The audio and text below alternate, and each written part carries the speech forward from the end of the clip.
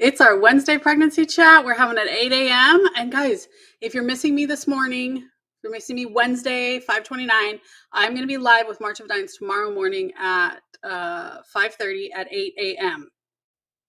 May 30th at 8 a.m. So come join me live tomorrow. There should be like a thing in the group on the page to remind you. Hello. Guys, I was just out in my garden. Do we have any gardeners here? Is anybody a big garden fan? I love to garden, but boy, oh boy, it's getting warm here in Phoenix. I have so many delicious goodies though that I got. So if you have pregnancy questions, ask them in the comments. That's what we're here for. Tomorrow we're going to be going live about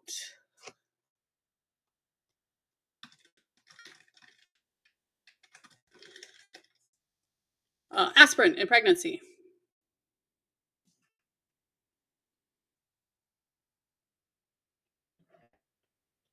So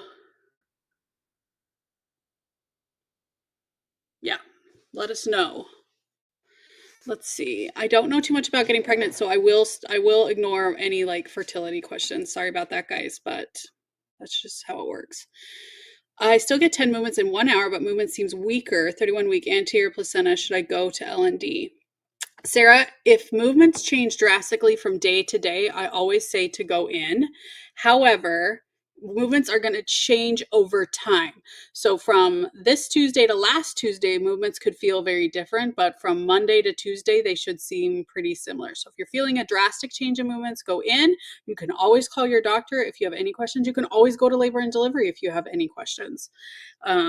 Yeah. Usually once you get to labor and delivery, a lot of people are like, what the heck's going to happen then? They'll do an NST, kind of see how baby's looking. And then they may do further stuff after that. So don't know too much about Depo. Sorry, guys. Sierra says hello. Hello, Sierra. Thanks for tuning in from Facebook. Again, I'll be having a Facebook Live tomorrow morning at the same time where we're going to be talking about preeclampsia, which is so important. Has anybody had preeclampsia? Tell us in the comments. Or are you on aspirin? Give us a heart if you're either of those people. Let's see. What have I written lately?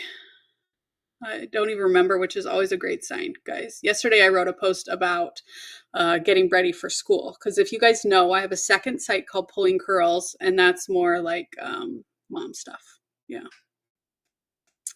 Hey, is Dr. Fran here? That would be so exciting if she is here, but it just told me to invite you as a guest. I'm not on that. I'd love to someday. Okay, so I redid a post on baby sleep and what I wish I had done. Is anyone worried about how baby is going to sleep after baby's born? Anybody? You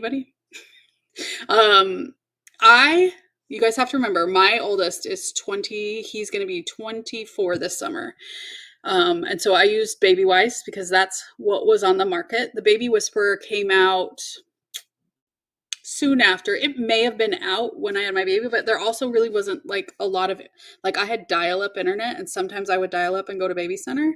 But there just wasn't like all the stuff. So I used Baby Wise. Don't recommend it now. I usually recommend the Baby Whisper because it's what I boiled it down to. And that does a sleep, wake them up. And that when you do wake them up during the day, and I did that with all my babies, do not wake them up at night. That's once they're at birth weight, once you're okay. Anyway, and then we would feed them, we would play, and then nap. And I just really liked the routine. So tell me in the comments if you're like a routine mom, if that's going to end up appealing to you. So anyway, it's on Pulling Curls. It's about what I would do about baby sleep, 24 years later. I wish I'd probably held them a little bit more, although my babies were not cuddlers for the most part, probably because I'm not a super cuddly person, and I definitely got like overly touched out. Yeah. I can't get my 1-year-old to sleep through the night. Oh, Crystal, it's the worst. I don't know what to do at 1 year old, but I would be so miserable. So hang in there. There's got to be some great sleep books. Who is it that I follow on Instagram? I had him on my podcast. He has a sleep book that might be really helpful. Let's see. Let's type in sleep on the Pulling Curls podcast. It was episode 218. It's on improving your family's sleep, and he is at That Sleep Doc. I know he is on TikTok. I'm not sure what he is on Facebook, you guys, but he's like a neuroscientist sleep consultant type thing. He does like sleep studies for a living. And so he has a book that is really fairly cheap on Amazon, and he has great tips. So that would be what I would recommend, because I do feel like the sleep consultant area on social media has turned into just like an MLN. I cannot believe how expensive it is. These tips are not that crazy. So definitely not worth hundreds and hundreds, I don't think, unless you really want somebody to hold your hand. My daughter was born at 32 and 2 and kept in the NICU until 34 weeks and discharged home. We had her home for 10 days when she fell ill and rushed to the hospital, where she was diagnosed with late onset strep B. I tested positive for strep B the day before she was born. It wasn't told until the day before her funeral. I am so sorry, Shan. That is so tough. I know there's a lot of people out there that don't believe in strep B, and the problem is you can end up getting it in between when they test you and when you have your baby. So that is tough. I'm so sorry.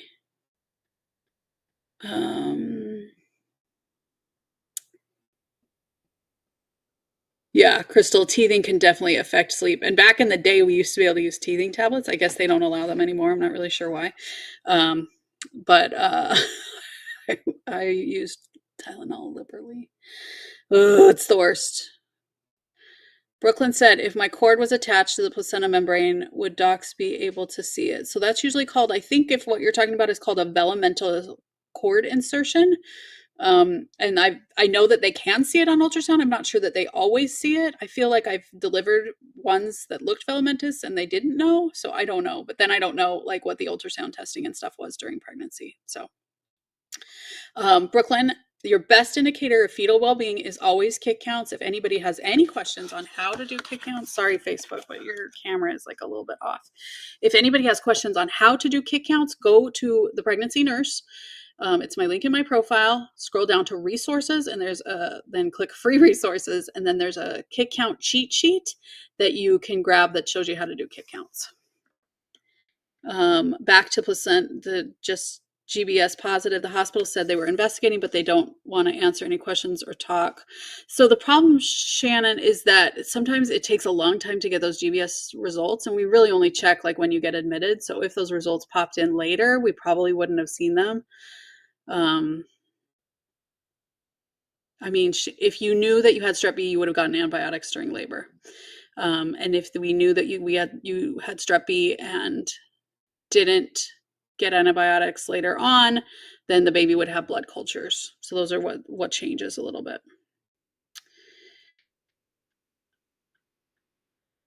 But I do want to say that there's a lot of people who probably have GBS that we just don't know about. We cannot catch everyone. So this is the protocol that they've come up with. In many countries, they don't even test for GBS because they don't think it's worth it and they don't treat it. So Yanks Doodle said 40 weeks and no end in sight. I feel so defeated. Oh, I know that feeling. I was 12 days overdue with my last. Still early, guys. And it's just so miserable. So Yanks Doodle, I just did a post on the pregnancy nurse. It's my link in my profile. 40 weeks plus a day and no sign of labor. Check it out. It's what I wish I would have done, what I tell people to do. And the other thing is there's no like shame in this. It's not your fault that you haven't gone into labor. Yeah, I'm really sorry. It sucks, but you will have your baby soon. Kay Samuel says, I'm 10 weeks, no appetite at all. Is that normal? I'm a little bit worried. If you guys are like, I don't see that question. I am doing Facebook, YouTube, and TikTok. So that's where I'm fielding questions from. Yeah, I mean, your stomach is just getting used to being pregnant, Kay. So that's just miserable. If anybody else has had that, tell us in the comments. Brooklyn, I'm not sure I guess after having a stillborn at 36 weeks, they didn't see it. Yeah, it can happen. They really can't tell everything about the placenta with ultrasounds, which is why kick counts are important, but even those can't catch everything. And when I talk about kick counts, I always feel a little bit guilty because even kick counts are not going to save every stillbirth, that's for sure. And I don't want anybody to feel guilty that they didn't do kick counts or whatever. Gwendolyn said, I'm 13 weeks, 3 days pregnant. Congratulations, but I still have no energy. Any advice on that? Gwendolyn, when you see the placenta, you will realize like all the effort that your body is putting into this. It's just like so much energy into the placenta. So hopefully you're going to get that energy back soon. You've hit your first trimester. Hopefully you're going to start feeling better soon. Brooklyn, I am so sorry. So if anybody here is feeling like something is off with baby, go into the hospital. They should do an NST. If you're still feeling concerned, they could do something like a BPP. Those are really the two things that we do.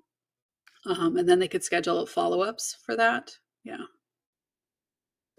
So yeah, those are the best things to do if you feel like something's wrong. But I think it's also important to know that sometimes you feel like stuff is wrong all the time. Like my kids never would have driven because all the time I'm like, they're going to get in a wreck when they drive. I think that every time, even when my like 20-year-old gets in his car. And so some of it is just our anxiety. And so you kind of have to separate that from, I really think something's wrong. I don't know how you do that. I have a hard time doing that as a mom. So I'm just putting that out there. Yes. So Shan, I mean, the only thing they could have done is double check to see if your results were in before they discharged you to the hospital. But that's, NICU nurses just often don't think about all those different things. Anyway, I'm so sorry. Mary, if you guys have questions, ask them in the comments. What if you're pregnant with headaches like Tylenol doesn't go away? Is that an early sign of preeclampsia? Not always, but Mary, it is something you should mention to your provider. If you have a blood pressure cuff at home, I would take your blood pressure and see if that's one of the things. Again, I will be going live on Facebook, just on Facebook, possibly YouTube, but I know for sure Facebook with March of Dimes tomorrow. We're going to be talking about preeclampsia, tons of great information. If you think you're at risk for preeclampsia, make sure that you're talking with your provider about possibly starting on aspirin. The guidelines are to start at 12 weeks, but in their video, I learned that it's never too late. You should always be talking with your provider about taking aspirin. So give us a heart if you are taking aspirin because it is really common. Yasmin, presumptive coverage. I don't, sorry. Every state is so different. If you're not able to see a provider, maybe talk with Planned Parenthood. There are low-income prenatal appointment centers that you should be able to get into. Call the hospital if you're not having any luck. We had a place that we recommended for people. It was run by residents, but it was still great prenatal care. And that's important to get your prenatal care. Red Lash Lady says, I have an appointment today. See if I'm pregnant. Was a week, then bleeding for 3 days. Gonna implantation bleeding. It can be, but I don't know that much about getting pregnant. Sorry, guys. It sounds dumb. I've had 3 kids, but also I just don't know that much about the whole fertility thing. Pregnancy is so scary, and I feel like nobody really knows everything or what to do about things. The reality is we don't have control over a lot of it, and we are practicing medicine, which is not a great feeling when you're pregnant. You would like solid answers, but there just really aren't for a lot of things in pregnancy. So the one thing we do know is once you're in their 3rd trimester, kick counts are the best way to know about fetal well-being. Swollen wrist, a sign of labor coming soon? Not that I know of. Yes, Gwendolyn, it is a lot of work. Signs baby is coming early. Well, contractions, if your cervix is starting to open, if you have any concerns, hi Milkology, look at you on TikTok. If you have any concerns that baby is coming early, I would talk with your provider. Yes, baby aspirin is actually not good for blood pressure. Like it's not a way to lower blood pressure. It does something to help open your arteries to prevent preeclampsia. We don't really know how it works. Guys, if you are on TikTok, Milkology is a great one to follow. She has great breastfeeding information. What happens if I don't take prenatals during pregnancy? Well, we do know that you have an increased chance of, oh my gosh, I cannot remember the word. A neural tube defect. So that would be the spinal column not completely fusing. And that's why they encourage you to take prenatals when before you get pregnant and during early pregnancy. Beyond that, baby really will take a lot of whatever it needs from you. which isn't awesome. So you want to try and get all those nutrients in your body if you can. Brooklyn said, it's so hard not to be mad at doctors after seeing how horrible my placenta looked. Yeah. Brooklyn's talking about a previous demise that she had. And so, yeah.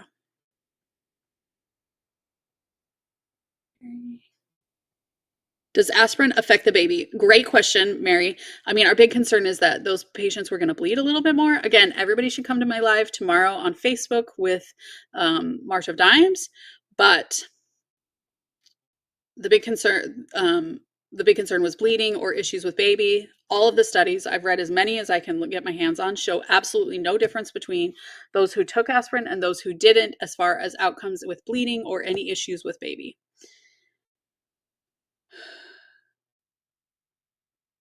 How bad is it to donate plasma at 4 weeks? I just found out I'm pregnant and I donated before I knew. I bet you were just so tired. I bet it's not a big deal at all.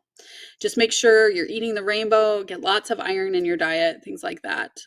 Plasma is mostly fluid, so you're just definitely going to want to drink lots and lots of water. Any advice on labor? I'm 26 weeks and terrified. So come join me in the online prenatal class for couples. It is the easy way to get prepared for birth.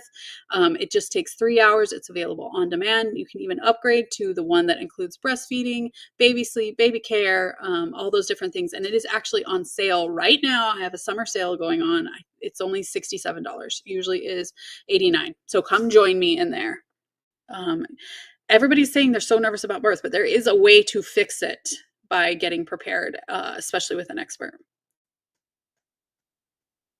Mary says she had preeclampsia with all her babies, getting pregnant with my fourth and getting worried. Definitely talk with your provider about aspirin. It's not for everybody, so you need to check with your provider to make sure that it's right for you. Are you at a higher risk for poly baby after having one that was idiopathic? Possibly. Hard to say. 26 weeks and 1 day here. Congratulations.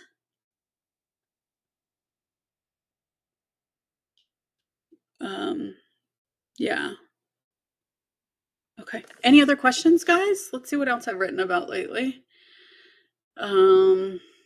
Contractions versus Braxton Hicks. On Pulling Curls, my second website, I have a whole quiz, how to decide if it's just Braxton Hicks or if it's contractions.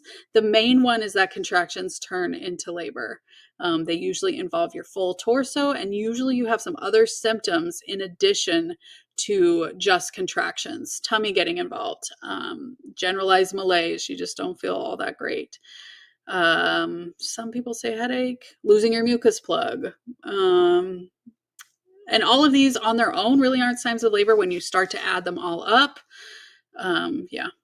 Brooklyn said, do they test for preeclampsia only if you're having symptoms? In general, I mean, they test for preeclampsia every time you're at the doctor's. That's why they're doing a blood pressure, and usually they do a urine dip to check for protein. But if you're having symptoms, definitely bring it up so they can be a little bit more.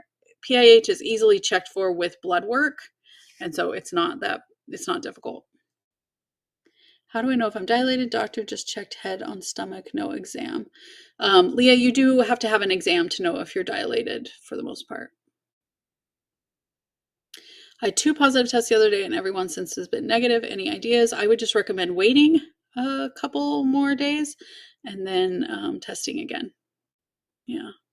A lot of people are like, oh, go test in the doctor's office. But the reality is the doctor's office tests are very similar to the ones that we have that are at the store. They're like the dollar store ones, just the strips that they dip in. So it's so frustrating because you want to know what's going on, but a false positive pregnancy test is unusual. That being said, it can be that you were pregnant and maybe things just aren't growing correctly or whatever.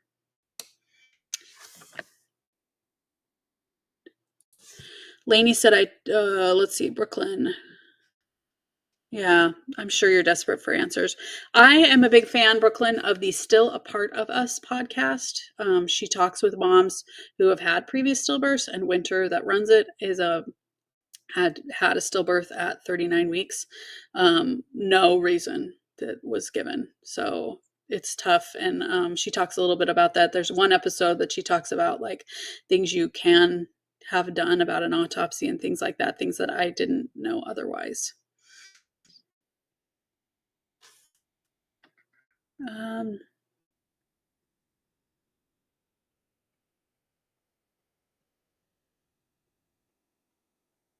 Did I miss anybody else?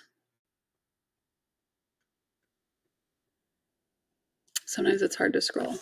Let's see. Facebook, you got anything for me? Anybody have any more questions? Yeah. I mean, as a hospice nurse, it's frustrating that there aren't more answers. I have Graves' disease. Are the hormonal imbalances going to affect being able to dilate? I don't think so, Katie. I haven't heard that that's an issue, and I've had patients who've had Graves' disease without issue. Make sure that, you're getting your thyroid and stuff checked during pregnancy. But what causes a placenta to be necrotic? They don't really they sort of get darkened. Usually it's if that area of the placenta has clotted off. Yeah. Any other questions, you guys? I'm sorry I don't have more answers for Brooklyn. It's tough.